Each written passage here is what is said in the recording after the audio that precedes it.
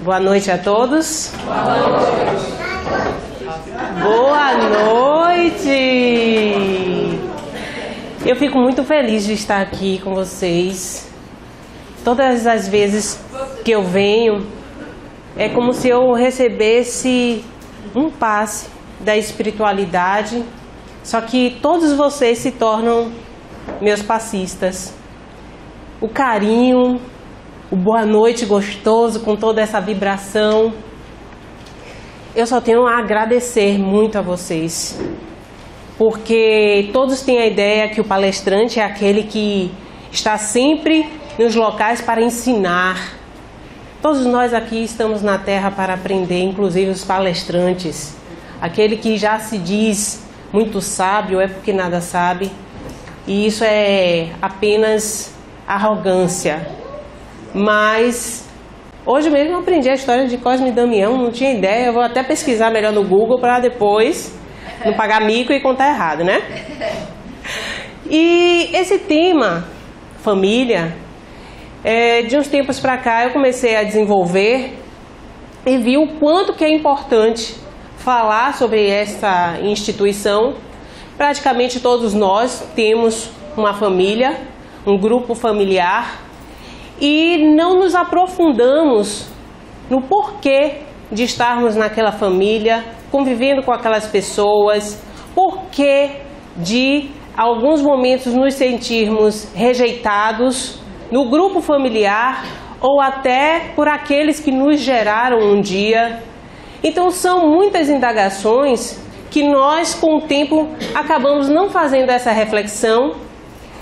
Crescemos durante a nossa encarnação com, às vezes, alguns traumas que não desabafamos, não colocamos para fora, não falamos com ninguém, e vai aquela mágoa criando raízes dentro de nós cada vez mais profundas, até que um dia adoecemos. E não temos ideia por que nós adoecemos. Tudo tem uma razão de ser. Então hoje, para falar da família, eu inicio com Emmanuel. No livro O Consolador, perguntaram a Emmanuel qual a melhor escola de preparação das almas reencarnadas na Terra. E Emmanuel sabiamente falou que essa escola é o lar. Ele, de certa forma, disse assim: a melhor escola ainda é o lar, onde a criatura deve receber as bases do sentimento e do caráter. No lar. É por essa razão que a universidade poderá fazer o cidadão, mas somente o lar pode edificar o homem. O que Emmanuel está querendo dizer? Que nós, na maior parte da nossa vida, principalmente hoje, no dia a dia, a realidade que estamos vivenciando, o nosso grupo familiar, principalmente os nossos pequenos em casa, nossos filhos, costumamos colocar o filho numa creche, o filho numa escola, em tempo integral. Depois chegamos em casa cansados, mal temos tempo de nos doar para a criança, porque a nossa cota de energia já está esgotada. Então a gente chega em casa, a gente quer paz, a gente quer botar os pés para cima, a gente não quer ficar conversando com o menino trazendo brinquedo e você, eu quero paz. E aí o que é que a gente faz? Dá o celular para a criança se entreter e ficar ali do nosso ladinho, achando que o fato de estar presente embaixo de um mesmo teto é ter presença real, e não é. É uma mera ilusão. E eu tenho visto muitas famílias nesse modelo, principalmente no meu trabalho, porque eu, apesar de trabalhar na área do direito, advogada, minha especialização é família. Então eu vejo os conflitos familiares todos os dias, gerados principalmente por ausência presencial, ausência de amor, ausência de companheirismo, ausência de mãe, de pai. Crianças que simplesmente nós achamos que estão sendo educadas na escola. A escola é para instruir, educação nós damos em casa. Porque cada um de nós temos um passado, uma formação. E essa formação, quem nos deu, a princípio, as bases, os alicerces, foram nossos pais, nossos irmãos, nossos tios, avós, aqueles que conosco conviveram grande parte de nossas vidas. Então, Emmanuel está querendo dizer isso. Não nos iludamos achando que colocando uma pessoa numa instituição, o resto segue seu caminho. Não. Temos que nos doar. Temos que ter essa atenção especial, porque é no lar que você vai dilapidar a pessoa, você vai burilar o caráter com os valores que aquela família preza. Claro que as famílias têm suas diferenças, com certeza. Aliás, todos nós aqui estamos encarnados e sabemos que somos indivíduos únicos. Únicos. Como individualidade, estamos numa célula, que é a família. Essa célula também é única. Ela se diferencia de outras células na sociedade. Eu me lembro quando era pequena, eu ficava com inveja de como os pais das minhas coleguinhas de rua davam determinadas liberdades. Elas viajavam, veraneavam fora, eu queria ir com elas, meus pais não deixavam. E aí eu chegava ao ponto de pensar assim, os pais das minhas amigas são legais e os meus não. Hoje eu entendo que os valores que meus pais queriam me dar eram diferentes dos valores dos pais de minhas amigas. Isso quer dizer que os pais delas eram certos ou os meus pais estavam certos? Todos estão. Cada um na sua proporção. Nesse aspecto de vivenciar experiências, não existe o certo e o errado, existe o inexperiente e o mais experiente, o mais evoluído e o ignorante. Qual é que nós somos? Então, quando nós nos esclarecemos a respeito de algo em nossas vidas, principalmente com essa doutrina maravilhosa que é o Espiritismo, que abre as cortinas não só da espiritualidade, mas de nós mesmos, faz com que nós consigamos mergulhar dentro de nós e vermos os valores individuais. E eu vejo tanta gente estudando o Evangelho, lendo o Livro dos Espíritos, fazendo horrores de estudos, mas na hora de colocar em prática, cadê a caridade moral? Caridade material a gente faz a campanha do quilo, né? A gente faz a campanha do cobertor, mas a caridade moral nós temos a oportunidade de fazer o tempo inteiro, desde o momento que acordamos, inclusive enquanto estamos dormindo. Eita, Karina viajou agora, né? Viajei? Não, exatamente, não viajei não. Nós acordamos, eu mesmo que moro só, eu quando acordo eu não me sinto sozinha. Eu sei que existe um grupo espiritual que convive comigo, embora eu não seja médium vidente e não os veja. Mas eu acordo na certeza de estar realmente entre pessoas que me acolheram, pessoas que me amam, eu me sinto querida e começo a agradecer. Agradecer por ter acordado, agradecer por estar num lar que poucos têm condições de ter o conforto que eu tenho. Aí eu já falei em outra oportunidade que agora eu estou ensinando minha gata a orar, porque eu pego ela no colo e saio pelo apartamento, né, faço minhas orações com ela e ela me acompanha, não fica miando o tempo inteiro. E eu já sei, é um princípio, né, inteligente que está em evolução. Então, desde quando nós acordamos, temos a oportunidade de sermos caridosos. Se eu estou na casa de meus pais, quando às vezes eu preciso dormir lá, eles já têm uma idade bem avançada, então em determinadas circunstâncias eu sinto a necessidade de não ficar preocupada, eu acabo ficando por lá com eles. Eu acordo de manhã, a sensação de estar com eles, enquanto eu vou tomar o café da manhã, às vezes nem todos ficam juntos, né? Meu pai senta, eu aproveito, sento junto. E Naquele momento eu começo a agradecer. Ainda bem, Senhor. Ainda bem que o Senhor me deu essas pessoas maravilhosas que me educaram, que me deram todas as bases do ser que eu sou, todas as condições de seguir a minha vida em frente. Meus pais sempre estiveram perto de mim, até nos momentos que eu quis mais afastá-los. Porque chega uma época, principalmente na adolescência, que parece que tudo está contra nós, principalmente a família. Ninguém deixa a gente fazer o que a gente quer. E a gente começa a ter vontades e ainda não é o tempo. Você ainda não é maior para fazer essas coisas. Você está pensando o quê? No dia que você tiver sua casa, aí eu ficava revoltadíssima. Ai, meu Deus, eu quero morar só logo, o mais rápido possível. Fui morar só, ou arrependimento.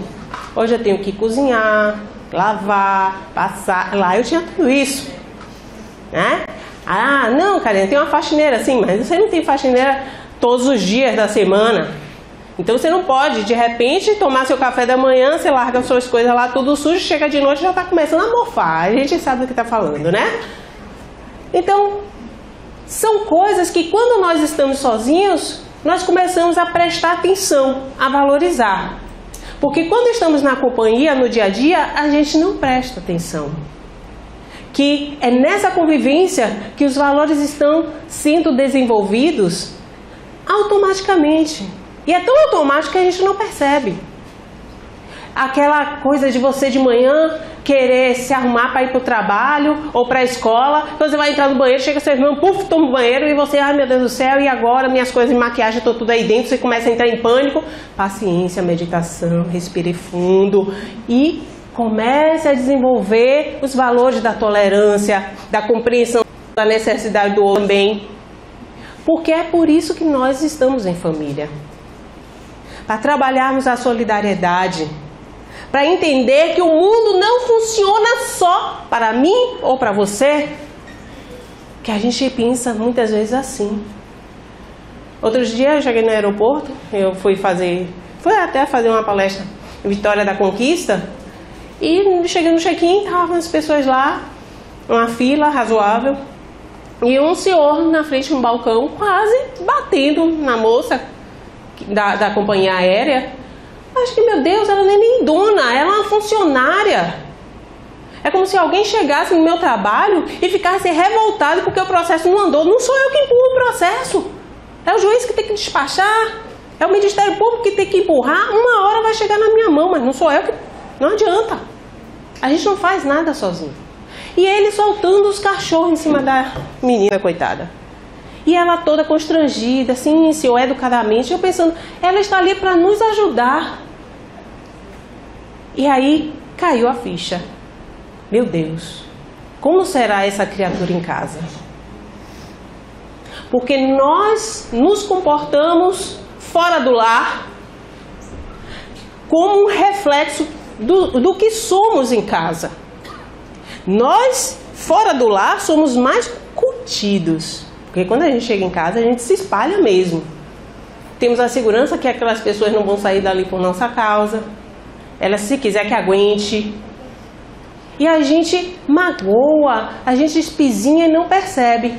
Aí quando chega na rua, tem o mesmo tipo de comportamento, entra em conflito e não entende por quê. A gente está viciado naquele comportamento em casa. Porque tem pessoas que nos amam, nos toleram. Mas fora de casa, o mundo é diferente. Então é isso que Emmanuel está querendo dizer.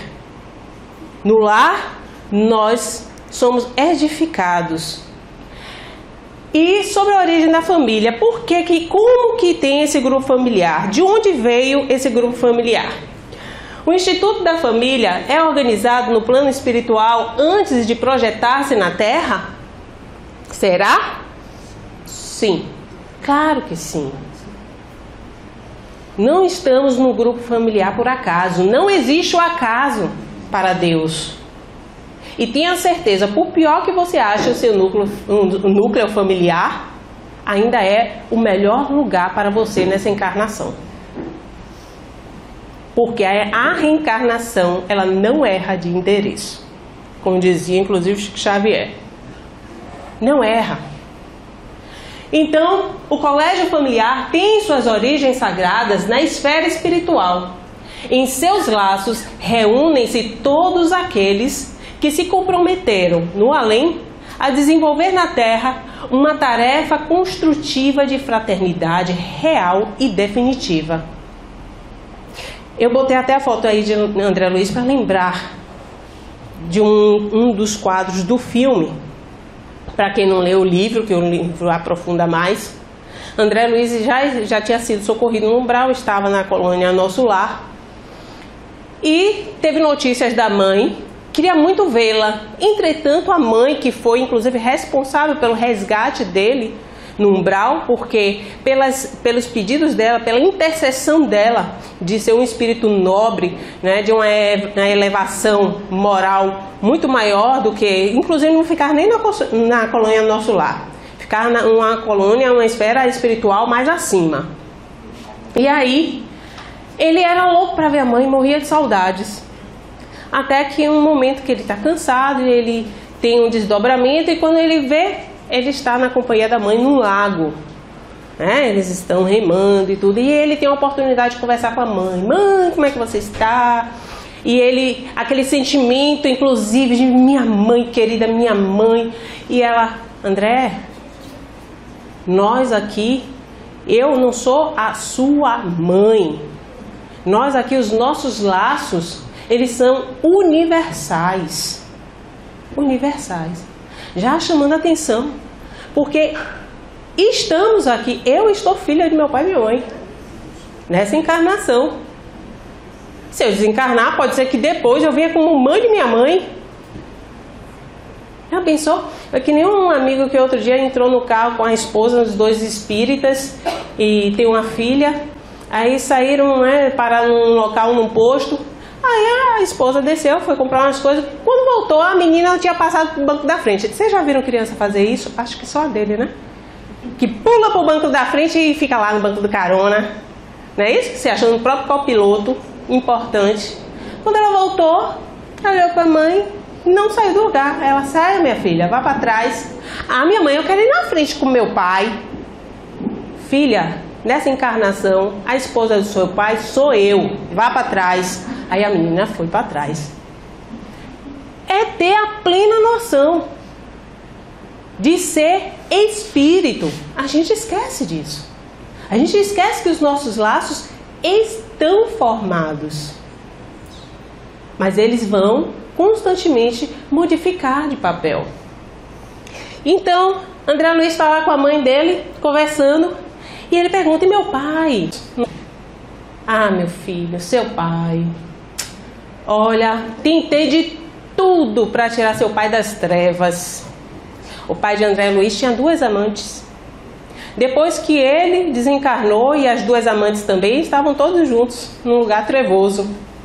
E a mãe de André Luiz tentando interceder, não conseguia fazer nada, toda a espiritualidade nesse sentido, até que decidiram, pronto, vamos fazer o seguinte, bota ele para reencarnar e depois... encarna você, a mãe de André Luiz. Ela, pronto. E aí eu recebo as 2 mulheres, então, as 2 amantes do meu ex, como minhas filhas. Aí André Luiz, como é, minha mãe? Você vai voltar à Terra, vai reencarnar, vai ser esposa novamente de meu pai, que lhe traiu, e ainda vai receber as 2 amantes dele como suas filhas? Ela, pois é, meu filho. Essa é a lei da reencarnação. Esse é o propósito da reencarnação. E ela vai levar toda aquela bagagem que ela já tem de evolução espiritual para passar para esses 3 seres. Imagine. Isso sim é o propósito dos laços familiares. Então, nós temos 2 espécies de família. Acabei de falar que estava André Luiz no mundo espiritual com a mãe ia reencarnar. Quando quando a gente reencarna, ganha o quê? O corpo material. A gente reencarna na matéria. Esses laços que nós temos agora, que nós chamamos de laços consanguíneos, a família do mundo material, ele é restrito para as nossas experiências. Entretanto, a família espiritual é muito maior. Temos, inclusive, alguns seres que fazem parte da nossa família espiritual, que ficam conosco, muitas vezes reencarnam e estão conosco, como também quantos entes familiares já desencarnaram e estão no mundo espiritual atualmente? Vários, muitos. Então, há, pois, duas espécies de famílias: as famílias pelos laços espirituais, simpatia, afetividade, experiências, e as famílias pelos laços corporais. Duráveis as primeiras se fortalecem pela purificação e se perpetuam no mundo dos espíritos, as espirituais. As segundas, frágeis como a matéria, se extinguem com o tempo. Se extinguem com o tempo porque o propósito aqui é aprender, é melhorar, é crescer. Mas isso não quer dizer que eu desencarnei e os laços acabaram. Se nós desenvolvemos afinidades, os laços continuam. Até porque eu costumo dizer que, lembrem-se, sempre o amor vincula. O amor nos aproxima constantemente. E o ódio também. Porque o ódio é o amor que adoeceu. Não é isso?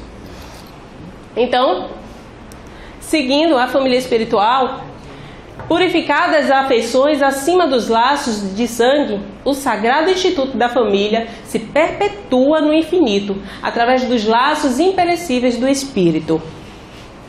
Sobre a família espiritual. E a família consanguínea?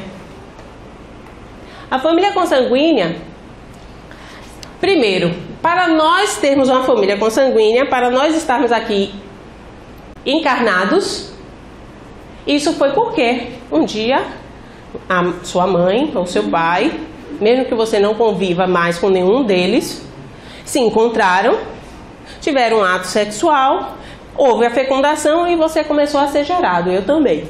E aqui estamos, não é isso? Sim.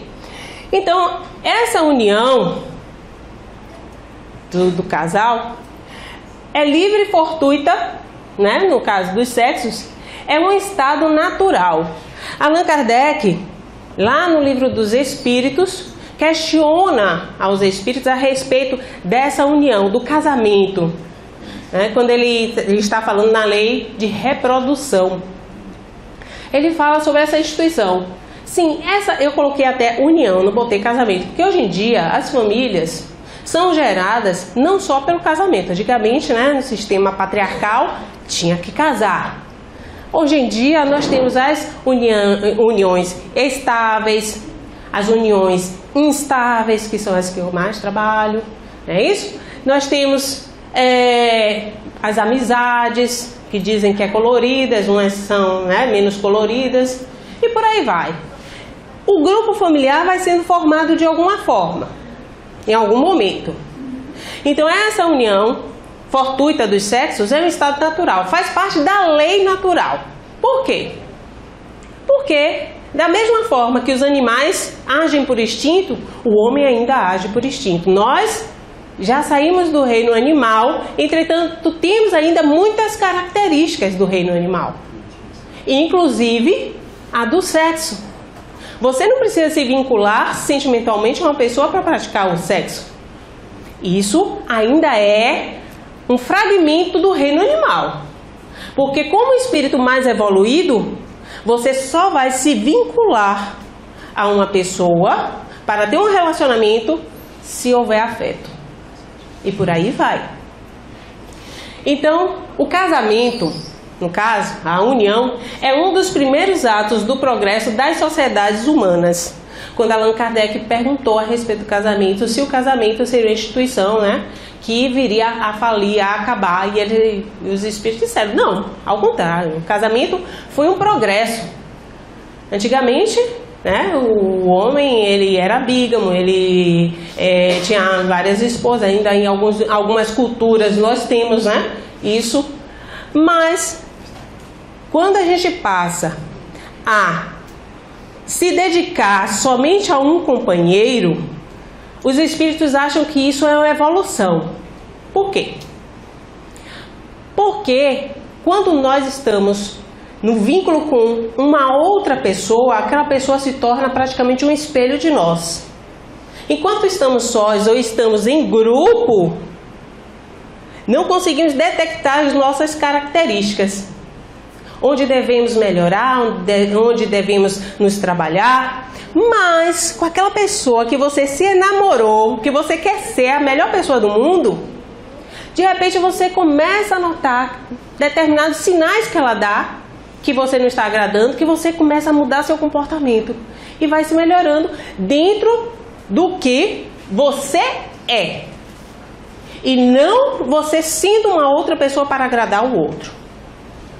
Quando nós fazemos isso, o relacionamento, inclusive, acaba. E depois ainda a parte que foi abandonada fica, meu Deus, eu vivi para ele. Eu ouço muito isso, né? Eu vivi para ele ou para outro. Ela. E agora nem sei mais quem eu sou. Se perde. Porque vive a vida do outro. Cria uma expectativa de um relacionamento, até porque nós temos as nossas crenças. Eu me lembro desde quando eu era pequena, né? Não cresci muito não, é um salto. Mas, desde que eu era pequena, falava assim, você um dia vai encontrar um príncipe. Ainda tem um tempo por aí, espero encarnado para ver se acha. Mas, falava, você vai encontrar seu príncipe, você vai ver. Às vezes nem falava um príncipe, não, você vai encontrar um cara massa, você vai ser super feliz. Olha, tenha certeza que ainda você vai encontrar uma pessoa que vai te fazer feliz. E a gente vai ouvindo isso, vai ouvindo isso, vai ouvindo isso e vai depositando a nossa felicidade no outro. Na esperança. E aí conhece alguém, cria várias expectativas. Ai, maravilhoso. É assim, é assado. Se ilude, porque quando nós estamos enamorados, estamos apaixonados, a paixão, ela é instintiva. Ela é uma emoção, não é um sentimento. O sentimento é amor, é o afeto, tá? A paixão é um despertar para trabalharmos um sentimento futuro. Eu me apaixono, vou amadurecendo, conhecendo, até que eu desenvolva um sentimento. Mas, quando eu estou apaixonada, eu fico embriagada. A gente fica cego, surdo, mudo, a gente, né? A gente vira assim, fica à mercê mesmo a ver navios. Acha tudo lindo e maravilhoso. Acaba que no momento que vai conviver, leva para casa. É assim? Leva para casa, vai conviver. E começam as decepções, as discussões. Nunca me desentendi, aí começam as discussões. Por quê? Por quê? Na convivência que nós vamos percebendo o outro. Por exemplo, eu mesmo que moro sozinha, eu fico pensando, meu Deus do céu, na hora que eu tiver que levar alguém para minha casa, a minha preocupação é, a pessoa vai tomar que lado do meio da cama? Se hoje me esparrama, tudo é meu. Né? Aí eu assim, eu já tenho inclusive um lado que geralmente eu entro por ali, eu começo a ler, o abajur tá ali. Eu digo, meu Deus do céu, como é que vai ser isso? Então a gente vai criando o nosso espaço, que quando a gente vai dividir com o outro, a gente se sente invadido. Só que isso é a nível inconsciente. E às vezes a gente está discutindo e não sabe nem por quê. Nem entende aquela insatisfação, aquela chateação. E aí ele diz logo, né? Tá de TPM. Não é isso? Mas não, são pequenas coisas que a gente não se dá conta que estão ocorrendo no dia a dia na convivência. Por quê? Nesse relacionamento, nós não levamos somente eu e o outro. Não. Como eu falei, somos espíritos. Quantas encarnações aqui já vivenciamos? Vocês têm ideia? A gente não consegue nem numerar, viu? Porque acho que a gente não saberia nem colocar números na quantidade. Não temos ideia. Então, olha o aprendizado reencarnatório imenso para cada um de nós. E diferente. Aí você vai conviver com a outra pessoa. Você vai conviver com a bagagem dela espiritual. Você vai conviver com as crenças familiares. Desde pequeno, como foi criado, aí eu observava, minha mãe assim, eu acho que eu tenho que ser assim também, porque minha mãe fazia assim com meu pai. E você vai observando, porque o nosso referencial desde pequeno são os nossos pais. Quando não são os pais, alguém muito próximo, que a gente escolhe na nossa família. Tem uns que adotam a avó, aí a minha avó que é a heroína da família. Aí o tio, e por aí vai. A gente, pelas afinidades, a gente cria aquele modelo e absorve sem perceber. Um amigo meu começou a namorar com a menina, estava todo apaixonado, um colega meu, na época que eu fazia até faculdade. Aí todo dia ele vinha e contava resenha, né, dessa apaixonite dele.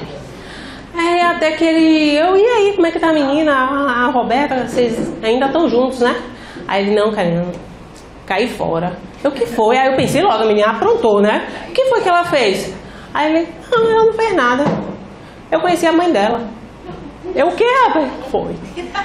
Assim mesmo. Eu, o que, rapaz? E a mãe dela te tratou mal? Foi. Não, mas quando eu olhei pra mãe dela, eu fiquei pensando, será que um dia a Roberta vai ser assim? Aí resolvi terminar logo. E eu fiquei, que homem louco! E olha que eu ainda não era espírita. Que homem louco! Aí depois que a gente vai estudando, vai se aprofundando, vai preparando palestra, vai estudando isso e aquilo, que a gente vai entendendo, é assim mesmo. A gente não sabe, mas é assim. Tem um filme que retrata exatamente isso. A história de nós dois. Ninguém assistiu aqui, porque senão eu ia ver alguém falar assim, né? Que a gente quando se identifica, a história de nós dois, com Bruce Willis e Michelle Pfeiffer. Eles são um casal, né? Que estão em crise, os dois, brigando muito. E ele quer muito que não haja a separação. Então eles começam a procurar terapeutas. Aí quando chega um ponto já do filme, na metade do filme, que eu não vou contar o filme todo, vocês que assistam, senão vai acabar a graça.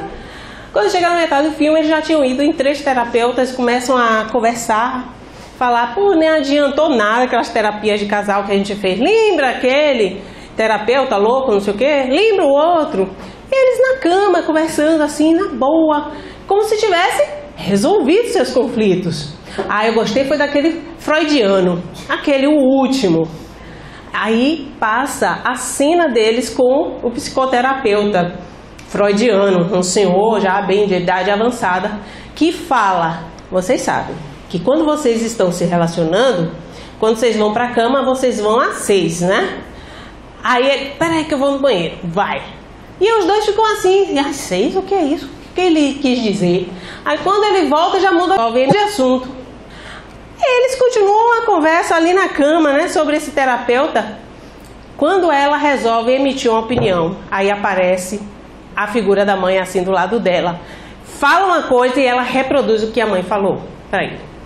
Aí ele vai rebater o que ela disse, vem a mãe dele, fala alguma coisa, ele pega, fala exatamente o que a mãe está falando. E aí quando você vê, tá, o pai, a mãe de cada um deles, 6 na cama, todos lá naquele conflito. Isso o terapeuta quis retratar, que quando estamos um com o outro, estamos com suas crenças, seu grupo familiar, com suas raízes, com aquilo que você acredita, que você reproduz, naturalmente não percebe. Mas, indo além, porque o filme não é espírita, não é da doutrina espírita, indo mais além, nós sabemos que quando estamos na presença de outras pessoas, como aqui estamos, nesse momento, vários espíritos estão conosco, uma multidão está entre nós, não é isso? Porque nós, infelizmente, somos espíritas que achamos que só encontramos espíritos no centro espírita, né? Mas não, a gente está em todos os lugares com eles, inclusive em casa, inclusive naquele momento que você começa os seus conflitos familiares. Começa a discutir com o companheiro. Ah, você acha que essa discussão vocês vão estar só? Os inimigos do passado começam a se aproveitar dessas brechas e aí vão. Se tem filhos, então, vamos aproveitar também e influenciar os filhos. E aquele núcleo familiar sempre está à mercê de alguma influência negativa. Entendeu? Por quê? Como os espíritos já falaram, o casamento e a entidade familiar, como a gente também vê na lei de sociedade, quando Kardec pergunta o que é que aconteceria se extinguisse a família, e os espíritos falam, iríamos retroceder porque o egoísmo iria imperar. Ou seja, estamos em família de uma forma solidária, para evoluir. Então, aí essa entidade está sempre também sofrendo a influência de espíritos negativos, aqueles que nós falamos, espíritos trevosos, que querem acabar com a instituição, que é uma evolução. Porque tudo nós temos a influência para o bem e temos influência para o mal. Qual é a influência que você quer para você? Aquela que você tem consciência de estar no seu estado de ânimo e estar atraindo.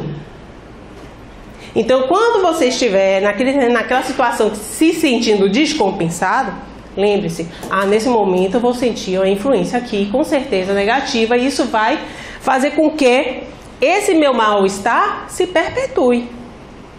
Agora, se eu estou bem, eu estou feliz, né? Aí eu lembro do meu anjo da guarda e vou cultivando aquilo, é muito difícil você cair em desânimo.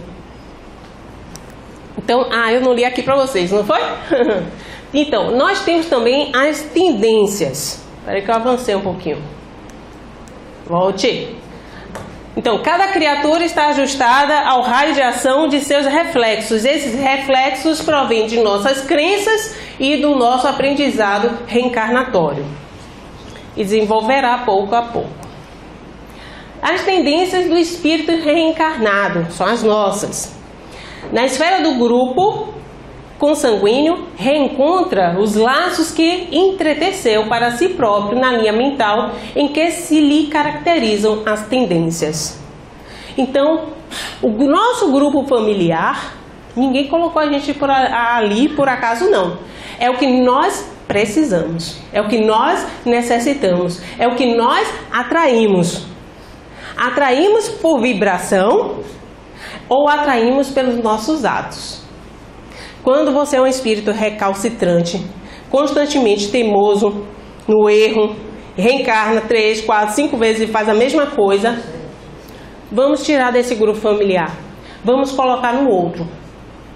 Que ela nem conhece aqueles espíritos, mas aqueles espíritos estão preparados para dar condições a esse espírito finalmente evoluir. Então, tira do meio que já está viciado, reencarnar e não está adiantando, e faz uma experiência em outra família. Então, nós temos no nosso grupo familiar, geralmente, espíritos que nós conhecemos, mas temos também, às vezes, um visitante que está conosco para aprender, está conosco para se melhorar. E geralmente são aqueles mais difíceis de serem trabalhados. São aqueles que a mãe acaba tendo uma preferência, porque sabe intuitivamente, como missionária, porque ser mãe, ser pai é missão, que aquele necessita de mais atenção. Então não adianta. Por mais que as mães digam, eu amo meus filhos do mesmo jeito, todos iguais. Não. Somos espíritos diferentes. Você não pode dizer que uma mãe ama um espírito que ela simpatiza, que ela teve, recebeu como filho, e aquele inimigo do passado que ela recebeu do mesmo jeito. É natural que exista a antipatia. Isso é natural. Então, a hereditariedade é psicológica também. É, de algum modo, a natural aglutinação dos espíritos que se afinam nas mesmas atividades e inclinações. Os hobbies, o que eu prefiro chamar de talentos que Deus nos dá e nós vamos desenvolvendo. Aí chega alguns grupos familiares, por exemplo, filhos de médicos geralmente acabam desenvolvendo também alguma coisa na área médica, músicos, esse exemplo eu trouxe aqui porque é o mais batido da música. Você já viu? Né? A gente vê Gil com a Preta Gil, aí vê o Beto Falcão com o filhinho aí da novela, não é isso? O filho também. É porque a tendência que os filhos, vendo o exemplo dos pais, acabam também seguindo, por intuição, aquele talento que também tem. Então nós temos, psicologicamente, também essa ligação. Na senda habitual, o templo doméstico reúne aqueles que se retratam uns nos outros. No habitual, uma família de músicos terá mais facilidade para recolher companheiros da arte divina em sua descendência, como eu disse, e refletindo-se reciprocamente na continuidade da ação em que se empenham através de séculos numerosos. Então não é uma encarnação apenas. Isso acaba sendo uma tendência evolutiva daqueles espíritos. Inteligências transviadas, pelo mesmo princípio que nós temos, daqueles que se afinizam com seus pais, com aquele ente que nós temos como exemplo, para desenvolver os nossos talentos, as nossas virtudes, temos também o contrário. Essa semana eu estava atendendo uma jovem, não vou dizer nem uma senhora, uma jovem, porque é bem mais nova que eu, com um menininho. O menininho devia ter seus 3, 4 anos de idade. Aquele que você tira da tomada, mas parece que a bateria não acaba nunca, né? Aí eu tentando entreter ele, porque eu tinha que fazer uma declaração, né, dela. Eu cheguei, ó, tio, toma aqui a caneta. Aí dei aquele lumicolo, né, coisa de destacador de texto, e deixei ele na mesa do lado fazendo um desenho. Atendi a mãe dele, conversei. Quando eu olhei para lá, até ele tinha feito um desenho super bonito, com árvore, tinha um cavalo. Eu consegui identificar que era um cavalo, podia ser um cachorro, mas não um cavalo. Eu, nossa, como ele desenha bem. E aí, tio, quando você crescer, você quer fazer o quê? Aí eu pensando, né, vai dizer fazendeiro, alguma coisa, porque vi coisa do campo, né?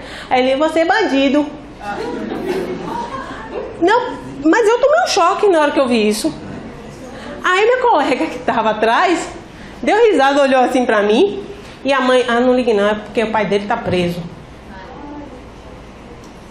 Mas é essa a reação de uma mãe? Não ligue não, é porque o pai dele... Isso é natural, o filho falar que quer ser bandido porque o pai tá preso? Meu filho, não diga isso não, meu filho. Você é uma criança que vai crescer com muito mais potencial que seu pai.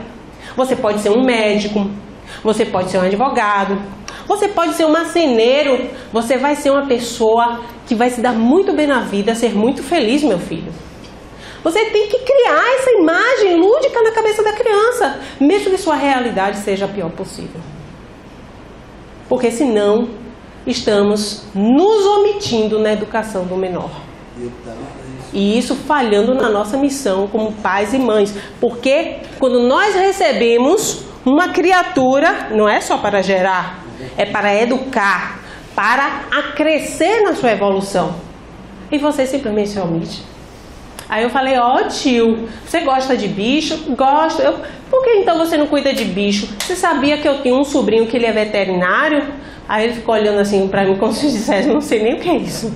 Aí eu, é um médico de bichos. Aí ele, é. Aí você vai poder, se o cavalo ficar dodói, você vai poder cuidar do cavalo. Eu quero cenário.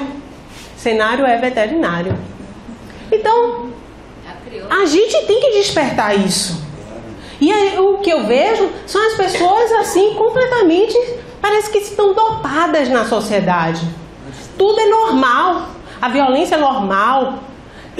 O sexo, a exposição é normal. Não, tem muita coisa que não é normal. Não pode ser normal. Se você quiser, faça na sua casa. Mas se não estiver prejudicando ninguém. Se você quiser o livre-arbítrio, você pode prejudicar a si. Mas a outra, nunca. Porque senão você vai criar vínculos e situações que têm que serem remediadas futuramente. Nós nos tornamos responsáveis por aqueles que cativamos. O Pequeno Príncipe. Então, estudar os instintos da criança é algo fundamental. E não sou eu que estou falando, não. Quem traz essa mensagem no Evangelho segundo o Espiritismo é Santo Agostinho. Lá no capítulo 14, honrai a pai e mãe. Ele diz, desde pequenina, a criança manifesta os instintos bons ou maus que traz da sua existência anterior. Espreitem, pois, os pais os menores indícios reveladores do germe de tais vícios, com egoísmo e orgulho, e cuidem de combatê-los sem esperar que lancem raízes profundas. Aí eu volto para aquela criança que a gente deixa na creche, a gente deixa, chega no final de semana, não fica com ela, leva para o shopping, porque eu conheço, inclusive, o outro dia eu estava conversando com um amigo e eu cheguei à seguinte conclusão. Ele deu até risada, porque tem algumas coisas que às vezes eu faço umas deduções, né, que eu deveria escrever como teses por aí. Mas, rapaz, eu tenho reparado que as pessoas que não ainda despertaram para a espiritualidade, para o lado religioso, né? Não vou nem descartar outras religiões, não vou dizer só espiritismo. As pessoas que dizem que não acreditam em Deus, que não acreditam nisso ou naquilo, aí vão, geralmente, aos domingos para o shopping, compram, levam os meninos, metem um McDonald's neles, e aí vai. O shopping, é que eu sou também formada em administração com marketing, e a gente fez estudo, inclusive na época que o shopping ainda se chamava Iguatemi, não o Shopping da Bahia. O shopping, a estrutura, inclusive, a arquitetônica dele, é desenvolvida e planejada como se fosse uma catedral. Um templo sagrado, é o que nós chamamos de templo do consumo. E nós vamos para lá, passantes, achando que não está tendo uma influência disso. Sim, espíritos reencarnados, dessa vez com nenhum vínculo com a igreja, dessa vez nenhum vínculo religioso, mas quando vamos pesquisar nos arcanos da pessoa, o que já vivenciou na Idade Média, lá atrás, quantos de nós não trazemos já nossas experiências religiosas? E estamos pelo shopping, cultuando lá os nossos gastos, levamos as crianças e podem ver quantas são as famílias que todo domingo vão ao shopping. Como se disser assim, tem aquelas que todo domingo vão à igreja, tem aquelas que todo domingo ou todo sábado, né, vão para o centro espírita. E ninguém se atenta para isso no nosso automatismo. Então, temos que ficar mais espertos na educação dos nossos pequenos para o dia de amanhã. E, inclusive, nesses tempos de transição, a gente não pode vacilar. Nossos laços são o resultante da conjunção de débitos, situando-nos no plano genético enfermiço que merecemos. Então não diz, sou infeliz, coitado de mim, nunca. Nós temos tudo que merecemos. Nós temos tudo o que plantamos. Somos hoje resultado da semeadura de ontem. Seremos amanhã o que estamos plantando hoje. Aí eu pergunto, como é que está a sua horta? O que é que você está plantando para amanhã? Para a próxima encarnação, né? Somos impelidos a padecer o retorno dos nossos reflexos tóxicos, através de pessoas de nossa parentela, que nos desenvolvem por aflitivos processos de sofrimento. Então, isso está me dilacerando o coração. Que tortura ter um filho assim. É alguém no passado que nós precisamos trabalhar esse relacionamento com muita ternura, com muita paciência. Lembrando que as relações, para nós, hoje, é muito fácil a gente descartar o próximo. E cadê? O maior mandamento não é só amar a Deus acima de todas as coisas, é amar o próximo como a si mesmo. E a gente dá demonstração de amor, não tendo paciência e se afastando do próximo que mais necessita de nós. Porque nos atraímos por simpatia. Assim recebemos aquele espírito que pode reencarnar através de uma relação e olha, mas eu vou ficar solteiro, não vou ter filho nunca, não vou ter nada com ninguém. Aquele dia, aquela paquera, porque o que mais a gente tem aí, inclusive, vocês sabem que aumenta a reprodução na época de carnaval. A gente depois de 9 meses, isso já são dados estatísticos. Por quê? Toma umas a mais, experimenta alguma coisa, fica eufórico por causa da turma, de repente tem um lance com a pessoa, é suficiente para reencarar. Por que isso acontece? Descuido? Não, usei camisinha, pá, mas estourou, não sei o que, cortou, por quê? Não. Estamos ali, a nossa paquera no beijinho, né, abraço, e os espíritos loucos para reencarnar conosco. Vai, beija logo, pega logo, leva logo, dá uns apertos aí, uns amassos, que vai que eu quero ir também, quero nascer. E aí vem, e a gente não entende por quê. Essa influência é magnética, gente, e a gente não se percebe. Então, os espíritos simpáticos, ligados por anteriores relações, que se expressam por uma afeição recíproca na vida terrena. Ou antagonismo, recebemos aquele inimigo do passado, espíritos afastados entre si por antipatias igualmente anteriores, que se traduzem na Terra por um mútuo antagonismo que aí lhe serve de provação. Para ilustrar esse exemplo, quem leu Missionários da Luz vai lembrar do caso de Adelino, Raquel e Sigismundo. Adelino era casado com Raquel, um casamento sólido, se amavam. Sigismundo se apaixonou por Raquel, se enamorou de Raquel, louco para tê-la como mulher para ele, só que não podia porque ela era casada, mata Adelino. Quando Sigismundo mata Adelino, mais tarde, né, a Raquel acaba parando no prostíbulo porque amava o marido, enlouquece com a morte dele. Sigismundo fica em pânico porque cometeu um homicídio e ainda perdeu a mulher que amava. Todos desencarnam e vão para o mundo espiritual. Volta Adelino e Raquel. Reencarnam, se encontram, constituem família. Tem um filho. Quem é esse filho? Não, é Júlio. É um filhinho que eles tiveram antes, viu? Aí peguei vocês. Aí tem Julinho.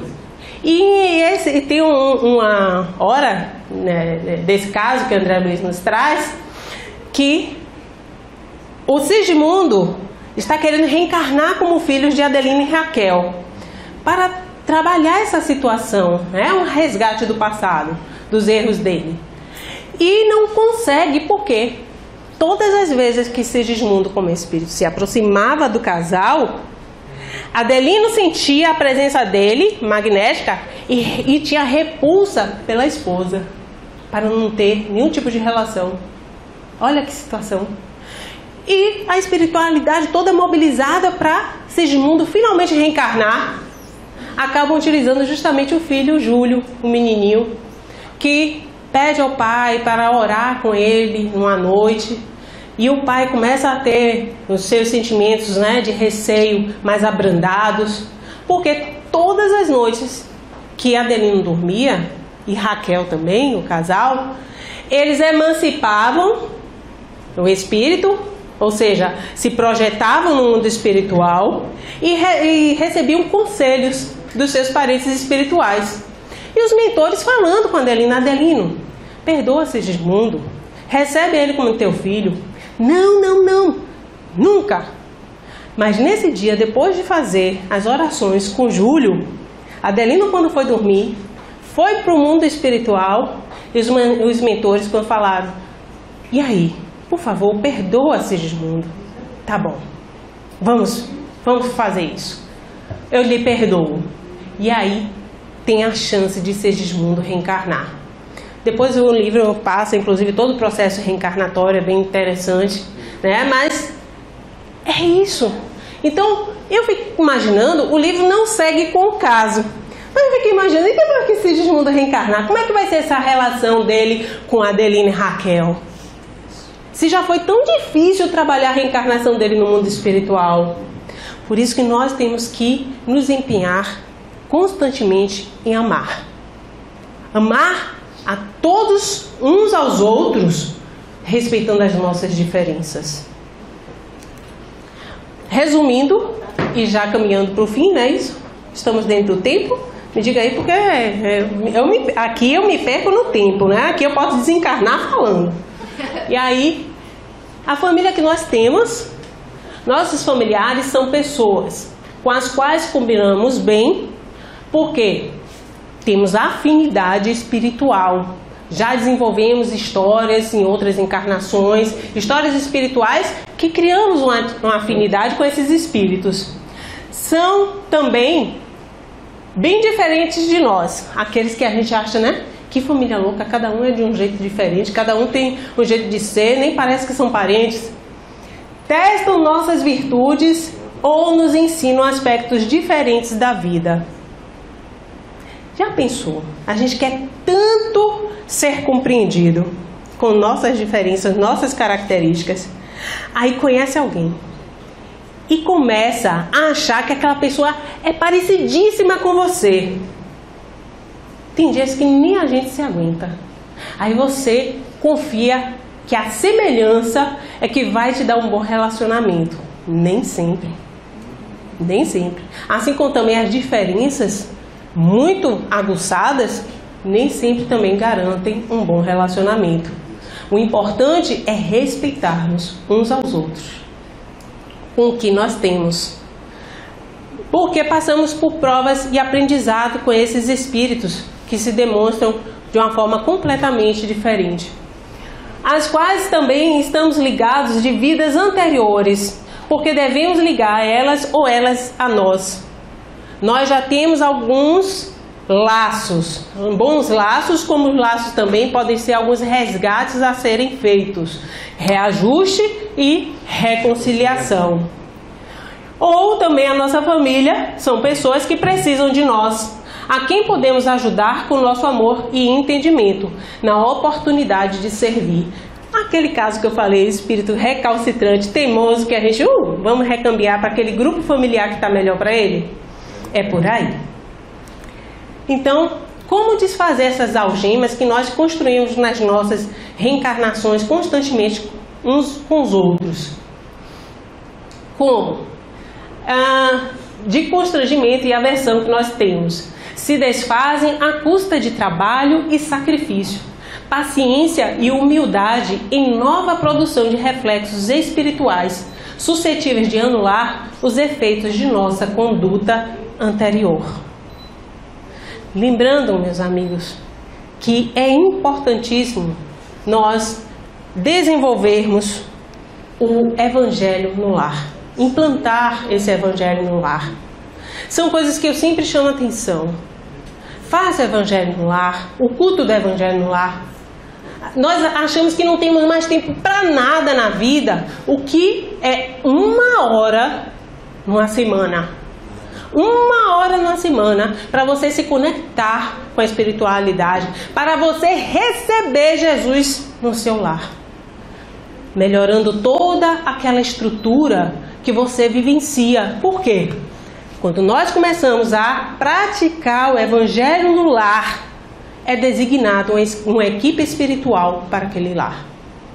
E a equipe não fica somente conosco no Evangelho no lar. Ela permanece conosco, nos orientando, nos intuindo, no dia a dia, no lidar uns com os outros. Aí muitas pessoas começam a praticar o Evangelho no lar e falam, nossa, como a convivência da gente melhorou, como a gente está se respeitando mais, como nós estamos mais tolerantes uns com os outros. Por quê? Não é só a experiência de sentar e fazer o Evangelho, é também essa ajuda espiritual que constantemente se mantém conosco. E também atentar para evangelizar nossas crianças.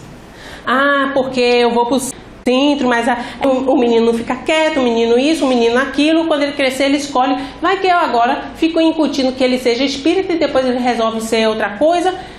Vai me culpar? Não, não vai culpar. Ele vai ter uma base de uma religião, de uma doutrina. Se ele não quiser, depois, livre-arbítrio dele, você fez o seu papel. Você deu o melhor que você tinha para dar para essa criança. Agora, se omitir e dar essa desculpa, não vale mais. E fechando com essa mensagem que eu trago de André Luiz, em Nosso Lar, ele resume praticamente tudo que eu falei. Poderia ser a palestra só isso, né? Ele diz que atravessamos experiências consanguíneas na Terra para adquirir o verdadeiro amor espiritual. mas o Senhor da vida nos permite a paternidade ou a maternidade no mundo a fim de aprendermos a fraternidade sem mácula. Nossos lares terrestres são cadinhos de purificação dos sentimentos ou templos de união sublime, a caminho da solidariedade universal.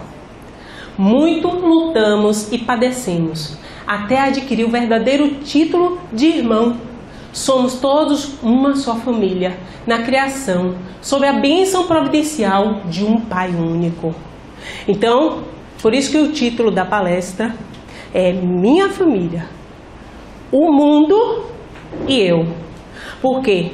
A família é a base que você tem para se apresentar em sociedade, se apresentar no mundo. Como que você, sem dividir, sem compreender, sem crescer com um núcleo pequeno que é a família, vai enfrentar a vida lá fora? Aí entra no mercado competitivo, profissional, se desilude com todas as empresas que entra, quer sair, aqui não é o lugar para eu trabalhar, aqui isso, aqui... Por quê? Porque nós temos que ser preparados no lar para o mundo. Aquilo que falam, né? Nossos filhos não são meus filhos, estão meus filhos. Até porque os filhos eu crio para o mundo. E eu na minha individualidade. E eu na minha certeza que estou com o grupo melhor possível para viver neste momento. E não é um grupo somente em casa. Nós, tudo que fazemos no momento é o mais necessário para o nosso crescimento. Daí para frente, com apoio espiritual, a gente deslancha. Muita paz a todos.